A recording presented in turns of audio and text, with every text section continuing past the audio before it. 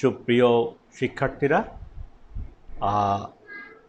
আশা করি তোমরা সবাই ভালো আছো। আমি আজকে তোমাদেরকে জীববিজ্ঞান দ্বিতীয় পত্র অর্থাৎ প্রাণীবিজ্ঞানের প্রথম যে অধ্যায়টি, সে অধ্যায়টি হলো প্রাণীর বিভিন্নতা এবং শ্রেণীবিন্যাস, তার উপরে একটি ক্লাস নিব। এই অধ্যায় থেকে এটি হলো আমার প্রথম ক্লাস। আমি তোমাদেরকে আজকে প্রাণী জগতের জন্য অতি গুরুত্বপূর্ণ কিছু পর্বের শনাক্তকারী বৈশিষ্ট্য এবং ওই পর্বের কিছু উদাহরণ নিয়ে কথা বলব। তোমরা যারা উচ্চ মাধ্যমিক শাখায় পড়াশোনা করছো, তাদের জন্য প্রাণীবিজ্ঞানের এই অধ্যায়টি খুবই গুরুত্বপূর্ণ।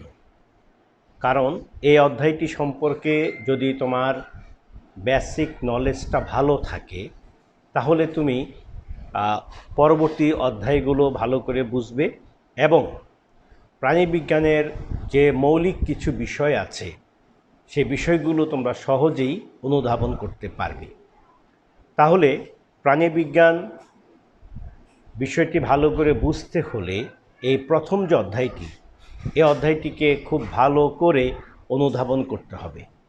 আমি আশা করি তোমরা যদি আমার ক্লাসগুলো নিয়মিতভাবে ফলো করো, তাহলে এই অধ্যায়টি তোমাদের কাছে অনেক সহজ মনে হবে এবং তোমরা এই অধ্যায়ের সবগুলো বিষয় খুব সহজে বুঝতে পারবে।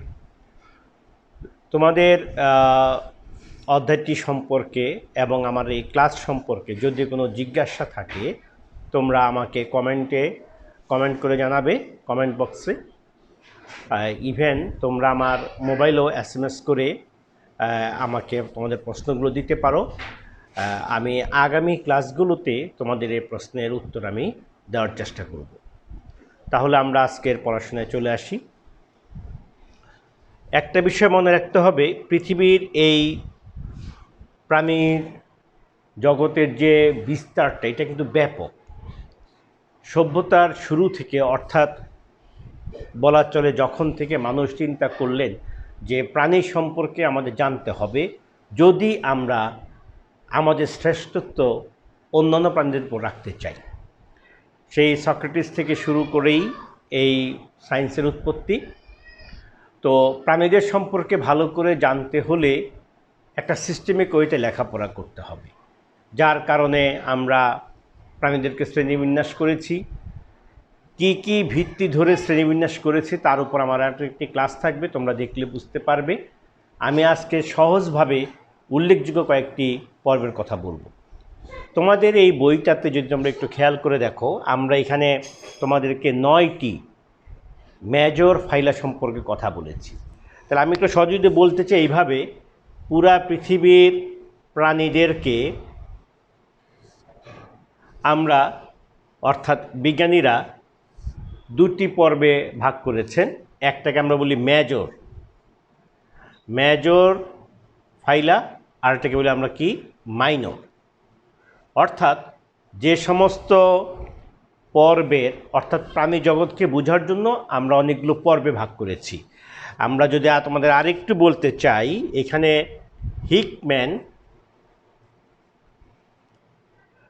হিকম্যান অ্যাট অল, অর্থাৎ হিকম্যান অ্যাট অল মানে হলো তার সহযোগীরা প্রাণী জগতের সদস্যদেরকে 33টি পর্বে ভাগ করেছেন। এই 33টি পর্বের মধ্যে মেজর ফাইলা আছে, মাইনর ফাইলা আছে। আমরা মেজর তাদেরকে বলবো যাদের অধীন সদস্য সংখ্যা বেশি, অর্থাৎ যে পর্বের প্রাণীদের সদস্য সংখ্যা বেশি এবং ইকোলজিতে যাদের ভূমিকা খুব গুরুত্বপূর্ণ, তাদেরকে আমরা বলেছি মেজর ফাইলা। আর যাদের সদস্য সংখ্যা কম এবং ইকোসিস্টেমে তাদের ভূমিকা উল্লেখযোগ্য নয়, তাদেরকে আমরা বলেছি মাইনর ফাইলা। তোমাদের এই বইতে, অর্থাৎ উচ্চ মাধ্যমিক শাখার এই বইটাতে আমরা মেজর পর্ব হিসাবে আমরা 9টি পর্ব তোমাদের এখানে পড়াবো। 9টি পর্ব। এই 9টি পর্বকে আমরা আবার দুই ভাগে ভাগ করেছি। অর্থাৎ একটাকে আমরা বলেছি নন কর্ডাটা,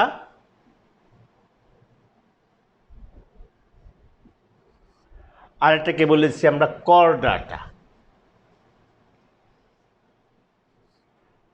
নন কর্ডাটার মধ্যে আমরা তোমাদেরকে আলোচনা করব 8টি পর্ব, আর কর্ডাটার মধ্যে আলোচনা করব আমরা 1টি পর্ব। এই 9টি পর্ব নিয়ে তোমাদের এই প্রাণীবিজ্ঞান বইতে আমরা কথা বলেছি।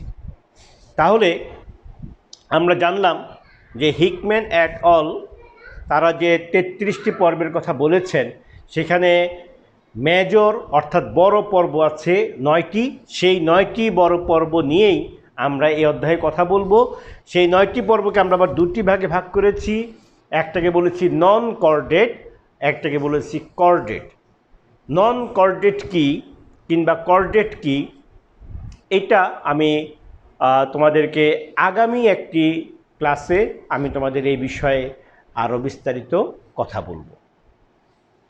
এখন তোমরা যদি একটু খেয়াল করে দেখো যে এই পর্বগুলো সম্পর্কে আমাকে কিন্তু জানতে হবে, অর্থাৎ এই পর্বগুলোর আইডেন্টিফিকেশন ক্যারেক্টার, শনাক্তকারী বৈশিষ্ট্য কি কি, এবং এই পর্বগুলোর উদাহরণগুলো আমাদের শিখতে হবে। তোমাদের সৃজনশীল পরীক্ষার জন্য এটা খুবই গুরুত্বপূর্ণ। সেটা কি? সেটা হলো বিভিন্ন পর্বের নাম, তাদের শনাক্তকারী বৈশিষ্ট্য এবং সেই পর্বগুলোর কিছু প্রাণীর নাম তোমাদের শিখতে হবে। তো আসো আমরা সেই বিষয়গুলো কথা বলবো। তোমরা যদি একটু মনোযোগ দিয়ে শুনো, আশা করি তোমাদের জন্য এটা কঠিন কোনো বিষয় হবে না। আমরা এখন যে পর্বটির কথা বলবো সে পর্বটির নাম দিয়েছি আমরা পরিফেরা।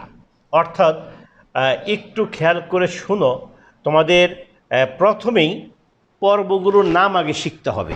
আমি একটু নামগুলো লিখি, তোমরা একটু খেয়াল করে শোনো, আশা করি তোমাদের জন্য সহজ হবে। পরিফেরা প্রথম পর্ব, PORIFERA, পরিফেরা।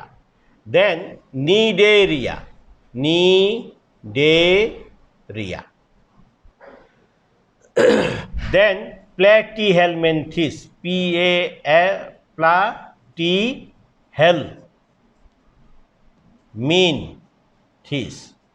প্ল্যাটিহেলমিনথিস।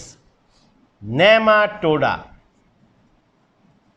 নেমাটোডা অথবা এটাকে বলা হয় নেমাথেলমিনথিস, নেমাথেলমিনথিস।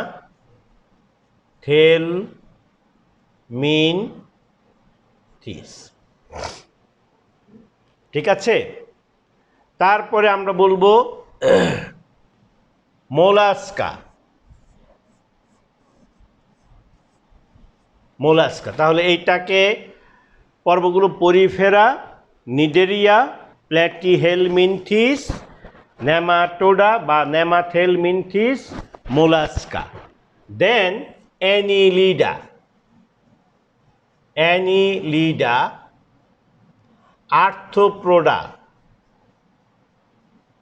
আর্থ্রোপোডা,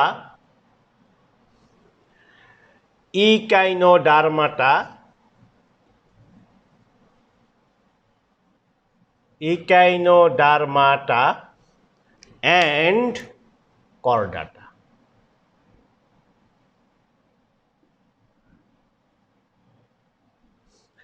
তাহলে এই যে তোমাদের আমি পর্বগুলো বললাম, এখানে আমি কয়টা পর্ব বললাম? 9টা পর্ব। This is 1, 2, 3, 4, 5, 6, 7, 8 and 9। এই 9টি পর্বের মধ্যে দেখো 9 নম্বর পর্বটিকে আমি একটু লাল কালার দিয়ে লিখেছি বোঝার জন্য যে এই একটি পর্ব হলো কর্ডাটা, বাকি সবগুলো হচ্ছে নন কর্ডাটা। আমরা আজকে এই প্রথম 8টি পর্ব নিয়ে কথা বলবো। করডাটা পর্ব নিয়ে আমাদের আগামীতে আরও একাধিক ক্লাস থাকবে, সুতরাং তোমরা একটু মনোযোগ দিয়ে শুনবে। আশা করি তোমাদের জন্য কঠিন লাগবে না। আমি এখন প্রতিটি পর্বকে ইন্ডিভিজুয়ালি বলছি, তোমরা একটু দেখে নাও। এখন যখন তুমি পড়তে যাবা মনে রাখবা যে প্রতিটি পর্বের যে নামকরণ করা হয়েছে তার একটা অর্থ আছে। যদি তুমি সেইটা অর্থগুলো মনে রাখতে পারো, তোমার জন্য আইডেন্টিফাইং ক্যারেক্টার লেখা অনেক সহজ হয়ে যাবে। বলা চলে আমরা নাম থেকেই একটা আইডেন্টিফাইং ক্যারেক্টার বা একাধিক আইডেন্টিফাইং ক্যারেক্টার পেয়ে যাব। যেমন ধরো পরিফেরা, এখানে একটু খেয়াল করে দেখো, পরি এই যে একটা শব্দ, এই ল্যাটিন শব্দের অর্থ হলো পোরাস থেকে আসছে ছিদ্র, পোরাস থেকে আসছে ছিদ্র। আর এই যে ফেরা, এই শব্দ অর্থ হলো বহন করা।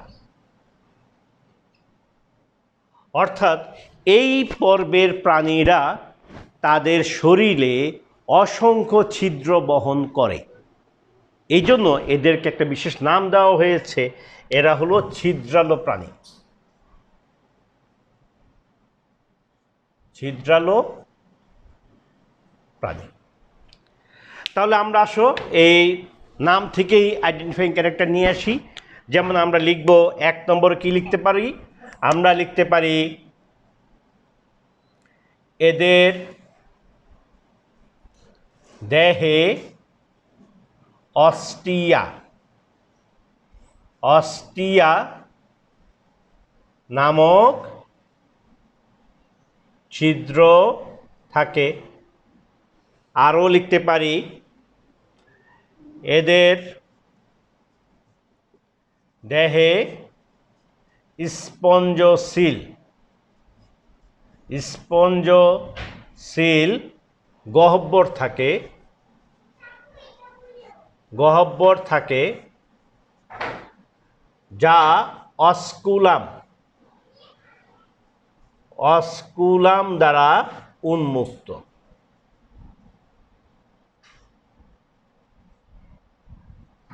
তারপর আরো কি লিখব? স্পিকিউল, স্পিকিউল নামক কঙ্কাল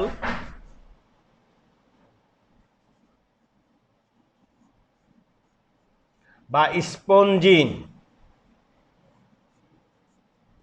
তন্তু দ্বারা দেহ কাঠামো গঠিত।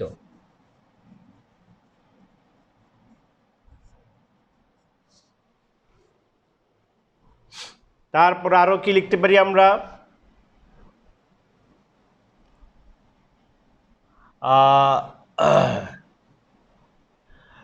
অস্ট্রোনশু থাকবে, স্পঞ্জিল থাকবে, স্পঞ্জিন থাকবে। আচ্ছা, দেহে কোয়ানোসাইট, কোয়ানোসাইট নামক বিশেষ কোষ থাকে। ওকে, একটু খেয়াল করে দেখো, এখানে কিছু শব্দ আছে যে শব্দগুলো খুবই গুরুত্বপূর্ণ। অর্থাৎ যখন তুমি এই পর্বটি পড়বা তখন এই কয়েকটি শব্দ তোমাকে একটু খেয়াল রাখতে হবে। যেমন আমি এখানে দেখিয়ে দিচ্ছি, এগুলোকে আমরা বলি কিওয়ার্ড। এই একটা হলো কি, অস্টিয়া নামক ছিদ্র থাকে। এদের দেহে স্পঞ্জশীল নামক গহ্বর থাকে যেটা অস্কুলাম দ্বারা উন্মুক্ত। এদের দেহের যে কাঠামো বা দেহের যে কঙ্কাল তৈরি হয়েছে স্পিকিউল অথবা স্পঞ্জিন দ্বারা, এবং এদের দেহে বিশেষ একটা কোষ পাওয়া যায়, তার নাম হলো কি, কোয়ানোসাইট। তাহলে এই শব্দগুলো মনে রাখতে হবে। পরীক্ষা প্রশ্নে আসবে এইভাবে, নৈর্ব্যক্তিকের প্রশ্ন এইভাবে আসবে, অস্ট্রিয়া নামক ছিদ্র কোন পর্বের প্রাণীদের ক্ষেত্রে দেখা যায়? তুমি উত্তরে বলে দিবা অস্ট্রিয়া নামক ছিদ্রটি পরিফেরা পর্বের প্রাণীতে দেখা যায়। তেমনি তাহলে যে কিওয়ার্ডগুলো বলে দিলাম, গুরুত্বপূর্ণ শব্দগুলো বলে দিলাম, এগুলো মনে রাখতে হবে। এগুলি হচ্ছে এই পর্বটির আইডেন্টিফিকেশনের অন্যতম মানে চিহ্ন, যে এইগুলো দ্বারা, এই শব্দগুলো দ্বারা যে বৈশিষ্ট্যগুলো আমরা করেছি, এর মাধ্যমে এদেরকে আমরা অন্য পর্ব থেকে আলাদা করতে পারি। কী তাহলে বললাম, অস্ট্রেল নামক ছিদ্র থাকবে, স্পঞ্জশীল নামক গহ্বর থাকবে, অস্কুলাম দ্বারা উন্মুক্ত হয়েছে, স্পিকিউল বা স্পঞ্জিন দ্বারা দেহের কাঠামো তৈরি হয়েছে, দেহে বিশেষ ধরনের কোষ থাকবে, তার নাম হলো কোয়ানোসাইট। এখন এই পর্বের প্রাণীদের যদি উদাহরণের কথা বলি, তাহলে তোমরা দুইটা উদাহরণ লিখতে পারো। যেমন আমি একটা লিখতে পারি, স্কাইফা, স্কাইফা জিলাটিনোসাম, জিলাটিনোসাম। অথবা লিখতে পারো স্পঞ্জিলা, স্পঞ্জিলা লাকোস্ট্রিস।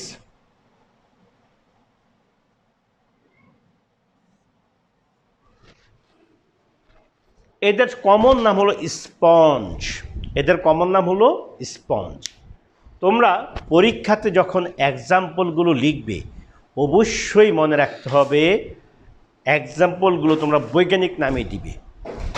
লোকাল নাম তুমি লিখবা, কিন্তু বৈজ্ঞানিক নামে যদি এক্সাম্পল না দাও তাহলে কিন্তু নম্বর পাবে না। তাহলে উদাহরণগুলো বৈজ্ঞানিক নামে দিতে হবে। এবং প্রাণীবিজ্ঞান বিষয়ে কিংবা উদ্ভিদবিজ্ঞান বিষয়ে, অর্থাৎ দ্যাট ইজ বায়োলজিতে বেশ কিছু গুরুত্বপূর্ণ বৈজ্ঞানিক নাম শিখতে হবে। আমি বৈজ্ঞানিক নামের উপরে আগামীতে আরেকটি ক্লাস নেব, তোমরা আমার ক্লাসটা একটু দেখে নিবে, তোমাদের জন্য উপকার হবে। তাহলে এই পর্বের প্রাণীদের কমন নাম কি? কমন নাম হলো স্পঞ্জ। তার দুটো উদাহরণ আমরা দিলাম, একটা হলো স্কাইফা জিলাটিনোসাম, আর একটা হলো স্পঞ্জিলা লাকোস্ট্রিস। আমরা এর পরবর্তী পর্বে চলে যাব। পরবর্তী পর্বটি নিশ্চয়ই তোমাদের মনে আছে, আমি প্রথমে লিখে দিয়েছিলাম। সে পর্বটির নাম হবে নিডেরিয়া। পর্বটির নাম হলো নিডেরিয়া, নিডেরিয়া। এই এখন ওই যে আগে বলেছিলাম যে প্রতিটি পর্বের নামকরণ একটা বিশেষ অর্থ নিয়ে করা হয়েছে, এবং নামকরণ থেকেই আমরা একটা শব্দ পেয়ে যাব। যেমন এখানে নিড, এই নিড অর্থ হলো নরম বা রোম কাটা। আর এরিয়া শব্দের অর্থ হলো বহন করা। এই শব্দটি এসেছে গ্রিক শব্দ থেকে। গ্রিক শব্দের নিড মানে হচ্ছে নরম কাটা, আর এরিয়া মানে হচ্ছে বহন করা। অর্থাৎ এই পর্বের প্রাণীদের শরীরে এমন কিছু কাটা আছে, নরম কাটা আছে বা রোম কাটা আছে, যেটা তুমি হাত দিলে তুমি অনুভব করতে পারবে না। এই পর্বটি আগে আমরা বলতাম সিলেন্টারেটা।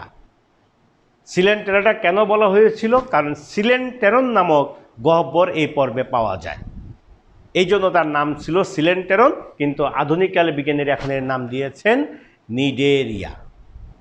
কেমন? নিডেরিয়া। তাহলে বৈশিষ্ট্য লেখার সময় আমরা লিখে ফেলি, ওই যে একটা কথা বলেছিলাম মনে আছে, সিলেন্টেরন লিখে ফেলো। এদের দেহে সিলেন্টেরন,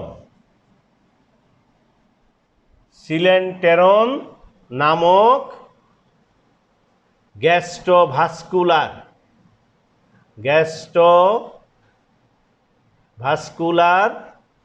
গহ্বর থাকে, গহ্বর থাকে। এই পর্বতটার পুরাতন নাম কি বলেছিলাম? সিলেন্টেরাটা। সিলেন্টেরাটা ওইখান থেকে আসছে কি? সিলেন্টেরন। তাহলে এদের দেহে সিলেন্টেরন নামক গ্যাস্ট্রোভাস্কুলার গহ্বর থাকে। দেন এরা দ্বিস্তরী প্রাণী।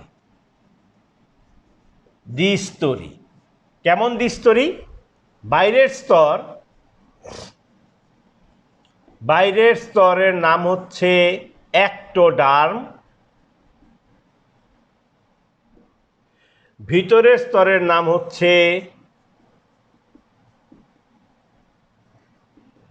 এন্ডোডার্ম,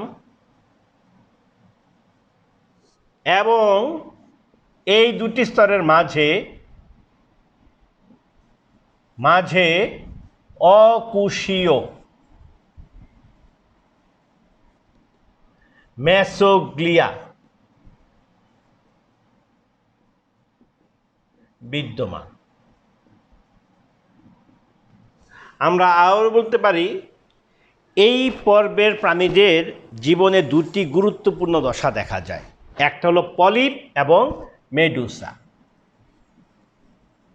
পলিপ ও মেডুসা নামক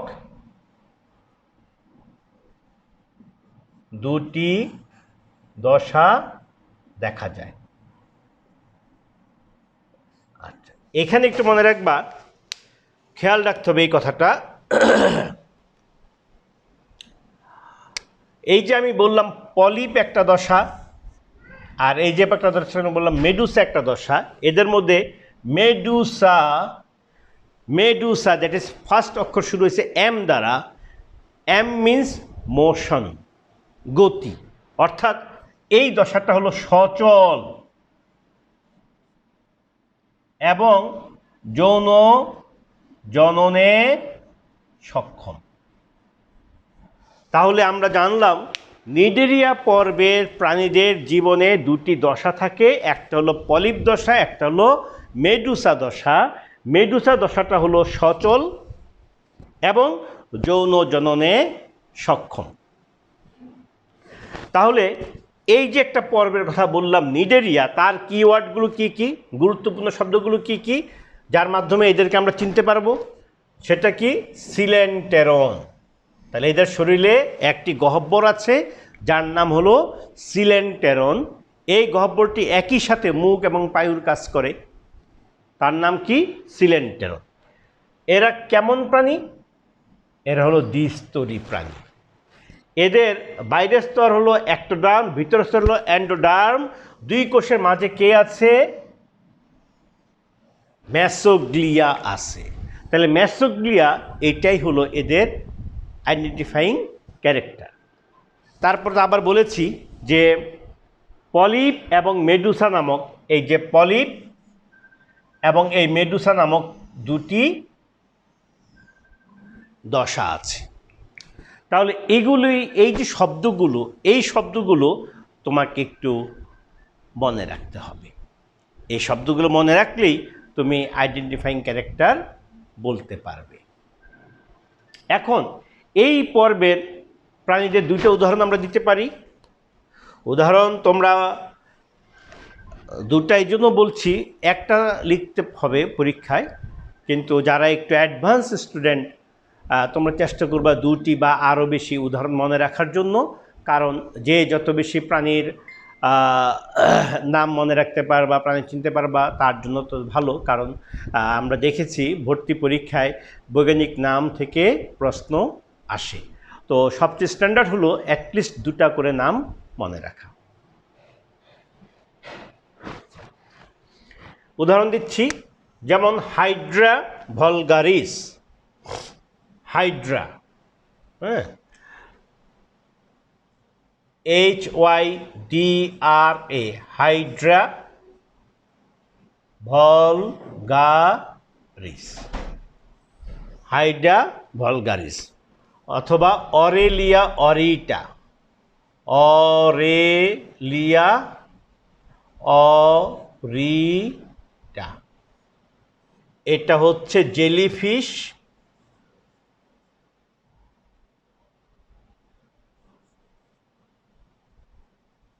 আর এটার লোকাল নাম হলো হাইড্রা। তাহলে আমরা এই পর্ব থেকে দুটি প্রাণী শিখলাম, একটা হলো হাইড্রা আর একটা হলো জেলিফিশ। হাইড্রাকে বলেছি কি আমরা, বৈজ্ঞানিক নাম হাইড্রা ভলগারিস, আর জেলিফিশের বৈজ্ঞানিক নাম হলো অরেলিয়া অরিটা। আশা করি তোমরা এই পর্বটি বুঝতে পেরেছ। আমরা এর পরবর্তী পর্বে চলে যাই।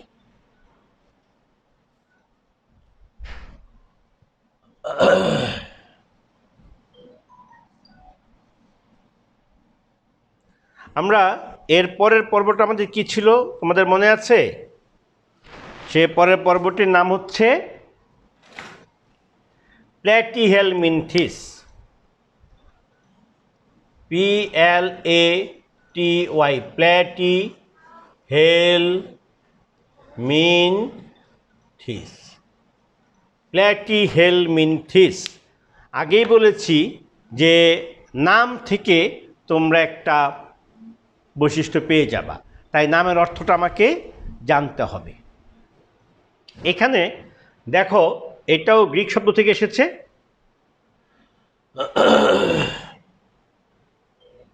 সেটা হলো প্ল্যাটি, এই শব্দটির অর্থ হলো চ্যাপ্টা, চ্যাপ্টা। আর হেলমিনথিস এই শব্দটির অর্থ হলো কৃমি। অর্থাৎ এই পর্বের প্রাণীদেরকে বলা হয় চ্যাপ্টা কৃমি। এই পর্বের প্রাণীদেরকে বলা হয় চ্যাপ্টা কৃমি। তাহলে এদের বৈশিষ্ট্যগুলো আমরা লিখে ফেলি। 1 নম্বর আমরা কি লিখব? 1 নম্বর লিখব হচ্ছে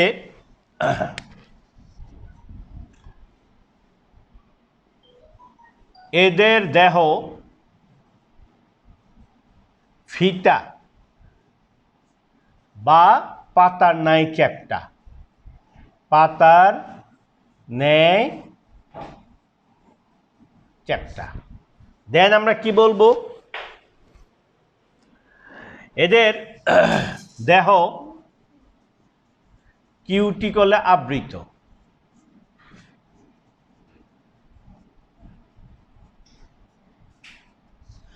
আর এরা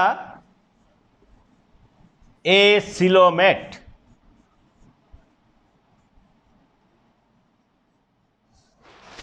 তাহলে একটু খেয়াল করে শুনো, এখানে দেখো আমি কিছু কিওয়ার্ড পেয়েছি।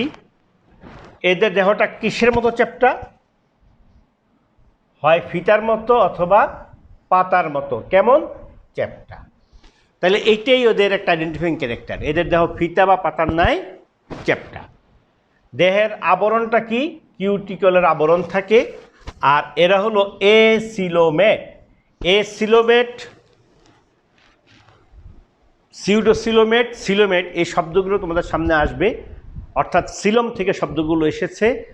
এই সিলমের উপরে আমার একটা ক্লাস আগামীতে থাকবে, তোমরা দেখে নিলে বিষয়গুলো পরিষ্কার হইবা। তবে এখন আমি শুধু এইটুকু বলতে চাই, মানে যে সকল প্রাণীর দেহে কোনো গহ্বর নাই, ফাঁকা জায়গা নাই, that is a Silam, Silam নাই। অর্থাৎ এই প্ল্যাটিহেলমিনথিস পর্বের প্রাণীদের দেহের মধ্যে সিলম থাকে না। সিলম কি? সহজ ভাষায় সিলম মানে গহ্বর, সিলম মানে ফাঁকা জায়গা। এদের মধ্যে সিলম থাকে না, তাই এদের দেহ ফিতা বা পাতার ন্যায় চ্যাপ্টা, দেহ কিউটিকলে আবৃত, দেহ এসিলোমেট। এগুলো হচ্ছে এখানকার কিওয়ার্ড। আর যদি আমরা এদের এক্সাম্পল দেই, তাহলে আমরা দুটো এক্সাম্পল দিতে পারি। যেমন আমরা দিব কি? ফ্যাসিওলা, FASCIOLA, ফ্যাসিওলা, হ্যাপাটিকা, ফ্যাসিওলা হ্যাপাটিকা। আবার দিতে পারি কি? টেইনিয়াসোলিয়াম, টেইনিয়াসোলিয়াম। টেইনিয়াসোলিয়ামকে বলা হয় ফিতাকৃমি, আর এটাকে বলা হয় যকৃত কৃমি। তাহলে এই যে পর্বটি পড়ালাম প্ল্যাটিহেলমিনথিস, এই পর্বের বৈশিষ্ট্য কি? এই পর্বের বৈশিষ্ট্য হলো এদের দেহটা ফিতা বা পাতার ন্যায় চ্যাপ্টা। হেলমিনথিস মানে কি? কৃমি, অর্থাৎ চ্যাপ্টা কৃমি নিয়ে এখানে কথা বলা হয়েছে। তার মধ্যে উদাহরণ কি দিলাম? একটা যকৃত কৃমি, তার বৈজ্ঞানিক নাম কি? ফ্যাসিওলা হেপাটিকা। আরটার নাম কি? ফিটাকৃমি, নাম হচ্ছে টেইনিয়া সোলিয়াম। তাহলে এখন আমরা এর পরের পর্বে চলে যাই, যে পর্বটির নাম হলো নেমাটোডা।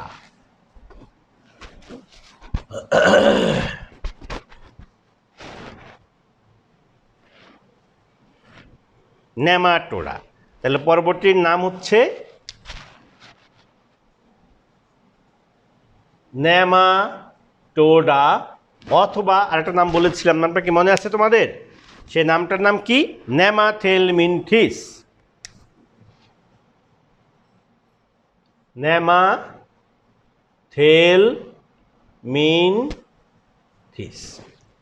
এখানে দেখো, এই নামের অর্থ যদি দেখো, এই নেমা শব্দের অর্থ হলো সুতা, আর হেলমিনথিস থেকে আসছে কি? কৃমি, অর্থাৎ এদের অপর নাম সুতাকৃমি।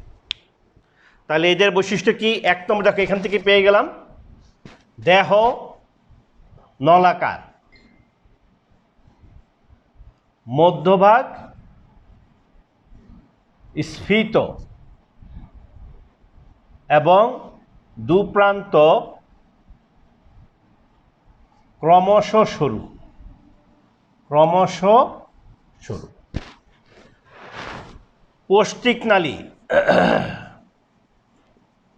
পৌষ্টিক নালী সম্পূর্ণ।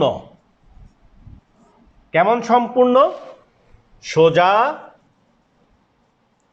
এবং মুখ থেকে পায়ু পর্যন্ত বিস্তৃত।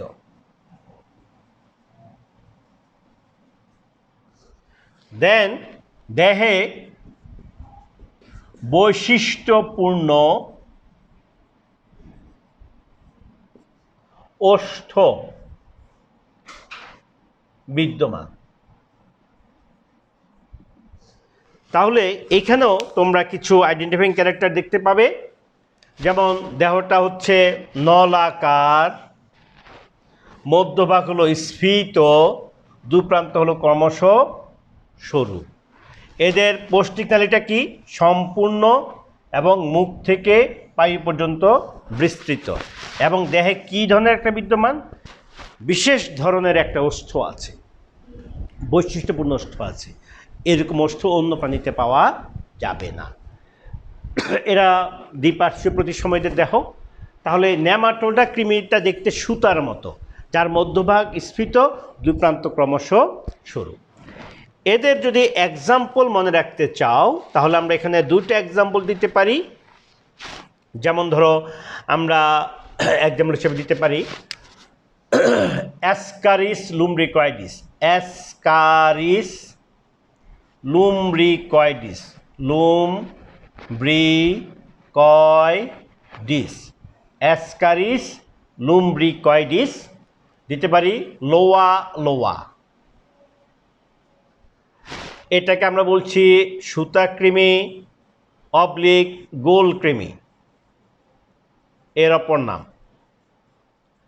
আর এই লোয়া লোয়ার অপর নাম হলো চোখকৃমি।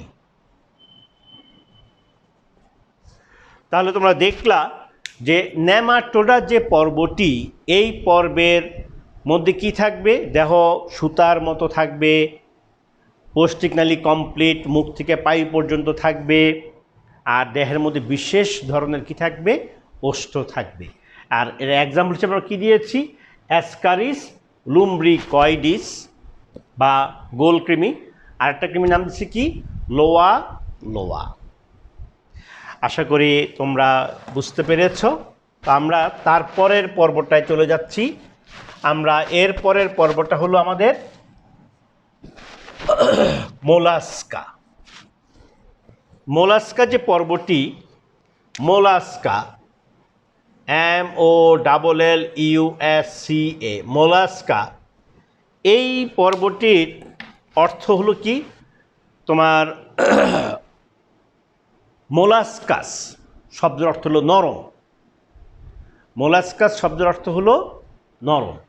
তাইলে মোলাস্কাস এই যে শব্দটি, এটার অর্থ হলো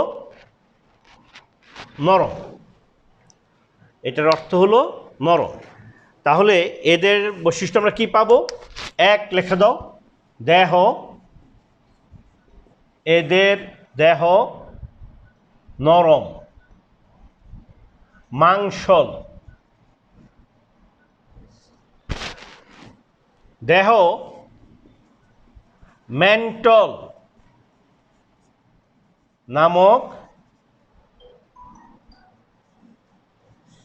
পাতলা পর্দায় আবৃত। দেহ শক্ত খোলকে আবৃত।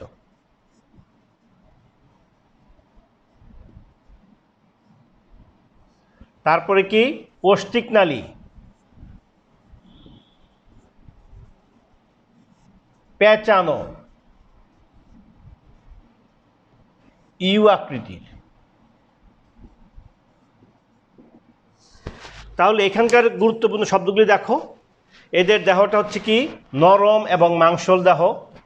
মেন্টল, খুব ইম্পর্ট্যান্ট, দেহের চারপাশে পাতলা পর্দা থাকে, তার নাম কি? মেন্টল। আর মেন্টল পর্দা নিঃসৃত একটি শক্ত খোলকে দেহটা আবৃত থাকে। কী ধরনের খোলক? শক্ত খোলকে দেহটা আবৃত থাকে। আর পৌষ্টিক নালী কিসের মতো? ইউর মতো। কেমন? পেঁচানো। এই শব্দগুলো তোমাকে মনে রাখতে হবে, তাহলে আমরা মোলাস্কা পর্ব সম্পর্কে জানতে পারবো। তো মোলাস্কা পর্বের বৈশিষ্ট্য কি? দেহ নরম মাংসল, দেহে মেন্টাল নামক পাতলা পর্দা থাকে, দেহ শক্ত খোলকে আবৃত, পৌষ্টিক নালীতে পেঁচানো এবং ইউ আকৃতির। এর উদাহরণ যদি দেই, উদাহরণ দিলে আমরা লিখতে পারি কি? মনে করো উদাহরণ হিসেবে দিতে পারি আমরা পাইলা গ্লোবোসা, PILA, পাইলা গ্লোবোসা।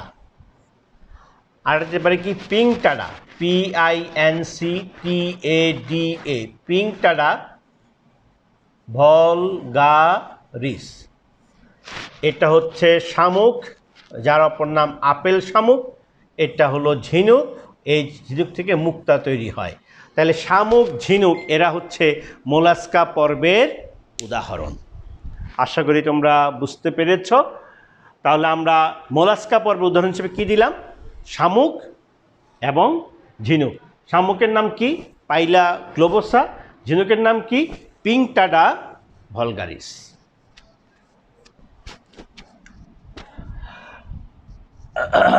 এবার চলে আসি আমাদের পরবর্তী পর্ব, অ্যানিলিডা। অ্যানিলিডা, দেখো অ্যানিলিডার শব্দটি এসেছে অ্যানুলাস। অ্যানুলাস শব্দের অর্থ হলো আংটি। অ্যানুলাস শব্দের অর্থ হলো আংটি। ল্যাটিন শব্দ অ্যানুলাস মানে হলো আংটি। এদের দেহটা আংটির মতো খণ্ডায়িত। তাহলে এটি আমরা লিখে ফেলবো সবার আগে। হ্যাঁ, কি লিখবো? দেখো, দেহে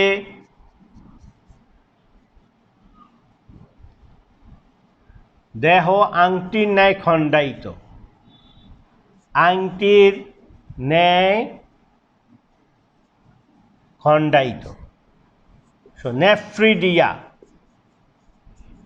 হলো তাদের রেচন অঙ্গ। নেফ্রিডিয়া হলো রেচন অঙ্গ। তারপরে হচ্ছে কি? রক্ত সংবহন বদ্ধ প্রকৃতির।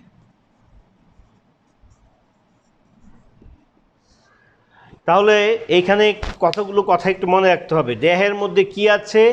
প্রকৃত খণ্ডায়ন আছে। খণ্ডায়নগুলো কেমন? দেখতে আংটির মতো, আংটির মতো খণ্ডায়িত। প্রধান রেচনাঙ্গ কি? নেফ্রিডিয়া। রক্ত সংবহন কেমন? বদ্ধ। তাহলে এই বৈশিষ্ট্যগুলো আমাদের একটু মনে রাখতে হবে। এদের উদাহরণ যদি দেই, তাহলে উদাহরণ হিসেবে আমরা দিতে পারি কেঁচো। কেঁচো, কেঁচোর বৈজ্ঞানিক নাম কি? মেটাফির, META, meta, PHIRE, মেটাফির পোস্থিউমা, POSTHUMA, M A, মেটাফির পোস্থিউমা। যৌগের নাম দিতে পারি হিরুডু, হিরুডিনারিয়া, হিরুডিনারিয়া মেডিসিনালিস, মেডিসিনালিস, হিরুডিনারিয়া মেডিসিনালিস, এটা হলো যৌগের বৈজ্ঞানিক নাম। কেঁচো বৈজ্ঞানিক নাম কি দিলা? মেটাফির পোস্থিউমা। তাহলে এই যে কেঁচো বৈজ্ঞানিক নাম, যৌগের বৈজ্ঞানিক নাম মানে কি? কেঁচো যৌগ, এদের দেহ আংটির মতো খণ্ডায়ন থাকে, একটু দেখলে দেখবা দেহগুলো আংটির মতো খণ্ডায়িত। আর এদের কি থাকবে? রচনাঙ্গ হলো নেফ্রিডিয়া, আর রক্ত সংবহন কেমন? বদ্ধ প্রকৃতির রক্ত সংবহন। এই হলো অ্যানেলিডা পর্বের বৈশিষ্ট্য। আমরা এখন চলে যাচ্ছি তার পরবর্তী পর্ব। নিশ্চয় সবার মনে আছে এর পরের পর্বটা কি? এরপরের পর্ব হচ্ছে আর্থ্রোপোডা, ARTHRO, আর্থ্রো, PODA, আর্থ্রোপোডা। এখানে ওই যে বললাম নাম থেকে অর্থ পাবো। তোমার গ্রিক শব্দ আর্থোস মানে হচ্ছে সন্ধি, পোডোস মানে হচ্ছে পা। তাহলে আমরা এখান থেকে একটা বৈশিষ্ট্য পেলাম কি? দেখো, লিখে দাও। দেহে সন্ধিযুক্ত পা থাকে, সন্ধিযুক্ত পা থাকে। আর কি থাকে? দেহের মধ্যে পুঞ্জাক্ষী থাকে, দেহের মধ্যে পুঞ্জাক্ষী থাকে। আর কি? দেহে তোমার এই দেহের মধ্যে তোমার সন্ধিযুক্ত পা থাকে, পুঞ্জাক্ষী থাকে। আর দেহ মস্তক, বক্ষ, উদরে খণ্ডায়িত, মস্তক, বক্ষ, উদরে খণ্ডায়িত। এই খণ্ডগুলিকে আমরা বলি ট্যাগমাটাইজেশন, ট্যাগমাটাইজেশন। তাহলে আমরা দেখো, ওই যে বললাম এদের নাম থেকে পাইলাম কি? আর্থোস মানে কি? জয়েন্ট, সন্ধিযুক্ত পা থাকে। তাহলে এটা এখানকার কিওয়ার্ড, সন্ধিযুক্ত পা। আর কি থাকে? পুঞ্জাক্ষী, কম্পাউন্ড আই থাকবে। আর কি থাকবে? এদের দেহটাকে মস্তক, বক্ষ, উদরে ভাগ করা যাবে। আর এই খণ্ডগুলোকে আমরা, এই যে দেহটা যে খণ্ডায়ন আছে, এই খণ্ডগুলোকে আমরা বলি ট্যাগমাটাইজেশন। অর্থাৎ এই পর্বের প্রাণীদের দেহের মধ্যে ট্যাগমাটা বা খণ্ডায়ন বা ট্যাগমাটাইজেশন দেখা যায়। তাহলে এই পর্বের প্রাণীদের আমরা একটা উদাহরণ দিতে পারি। যেমন ধরো তেলাপোকা, একটা উদাহরণ দাও। তেলাপোকা, তেলাপোকার বৈজ্ঞানিক নাম কি? Peri, PERI, Periplaneta, Periplaneta americana, AMERICANA, Periplaneta americana. আর একটা উদাহরণ দাও। মৌমাছি, সহজ উদাহরণ, মৌমাছি Apis, Apis indica, indica, Apis indica মৌমাছি। তাহলে এই হলো আর্থ্রোপোডা পর্বের উদাহরণ। আশা করি তোমরা বিষয়টা বুঝতে পেরেছ।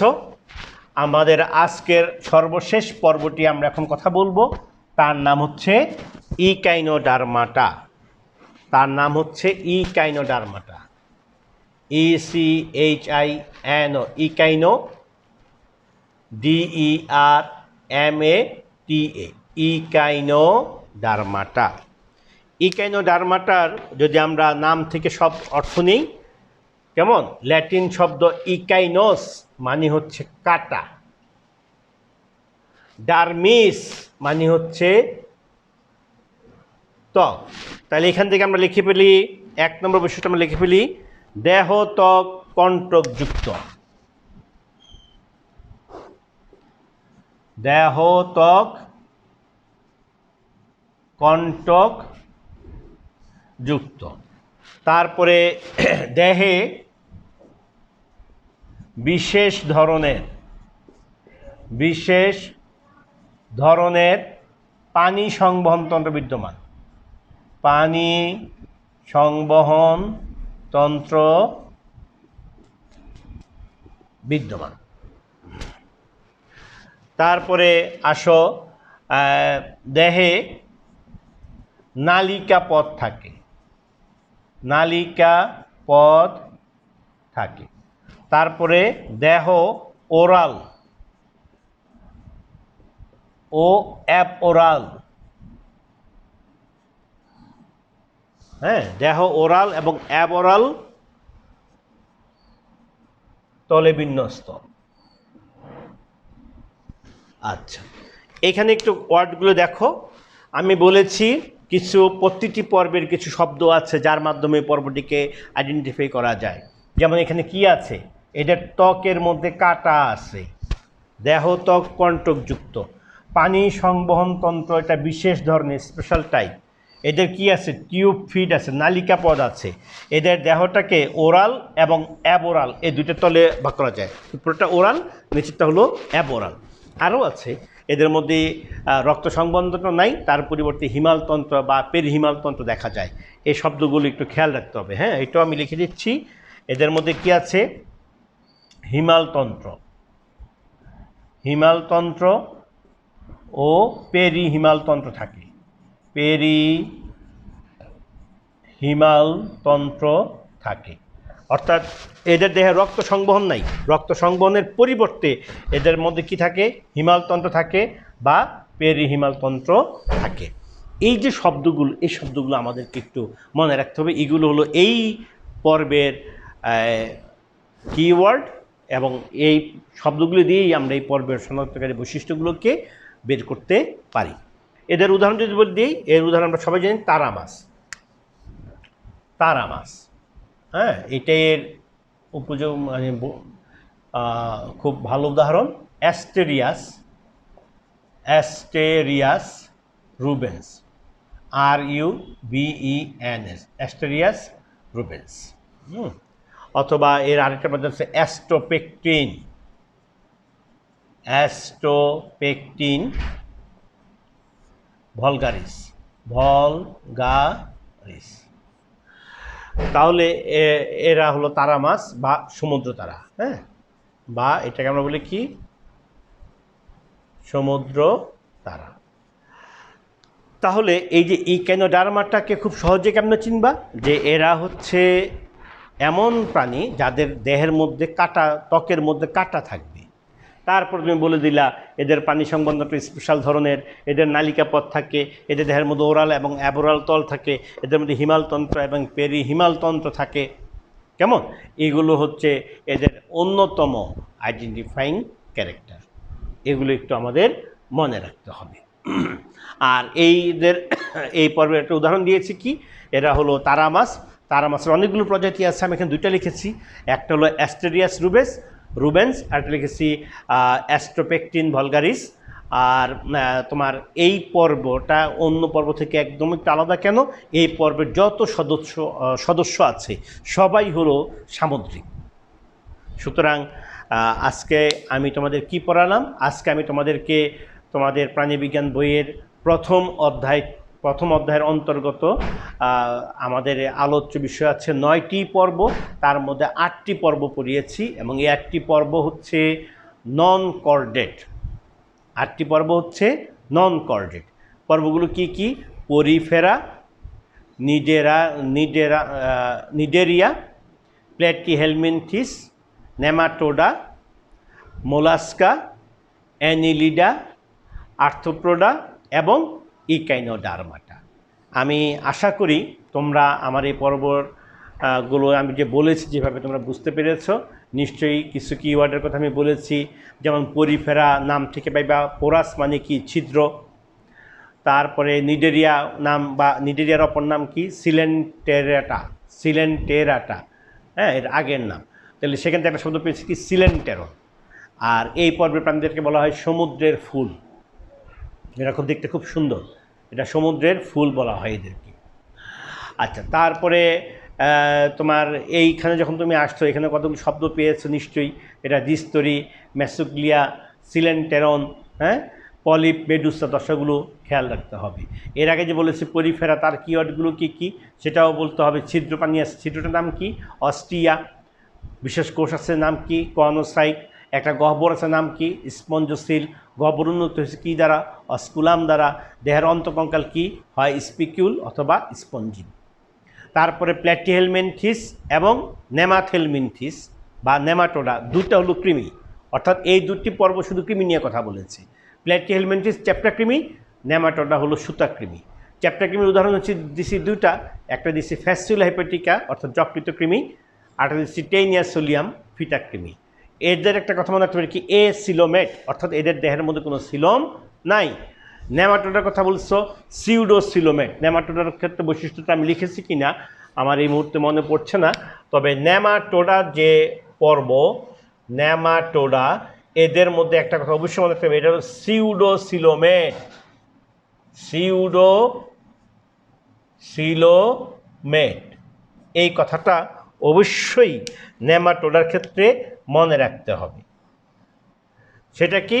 সিউডোসিলোমেট, অর্থাৎ তাদের দেহে সিলোম আছে, তবে সিলোমটা প্রকৃত সিলোম না। হ্যাঁ, প্রকৃত সিলোম না মানে হচ্ছে প্রাণীবিজ্ঞানের ভাষায় আমরা কিছু সিলোম ভ্রূণ অবস্থা যদি তৈরি হয় তাকে আমরা বলি প্রকৃত সিলোম। তো এই সিলোম নিয়ে আমরা একটা ক্লাস তোমাদের নিব। তোমরা শুধু এটাই মনে রাখো, এখানকার যে সিলোমটা সেটা আসল না, কিন্তু সিলোমের মতো, তাই নাম হয়েছে নকল সিলোম বা অপ্রকৃত সিলোম। ইংরেজিতে তাকে বলা হয়েছে সিউডোসিলোম। যদি বলা হয় সিউডোসিলোমেট পর্ব কোনটি, উত্তরে বলবো হচ্ছে নেমাটোডা।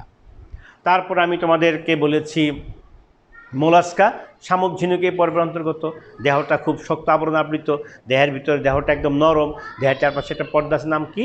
মেন্টল। উদাহরণ দিচ্ছ শামুক, পাইলা গ্লোবোসা, ঝিনুক, পিংটাটা ভলগারিস।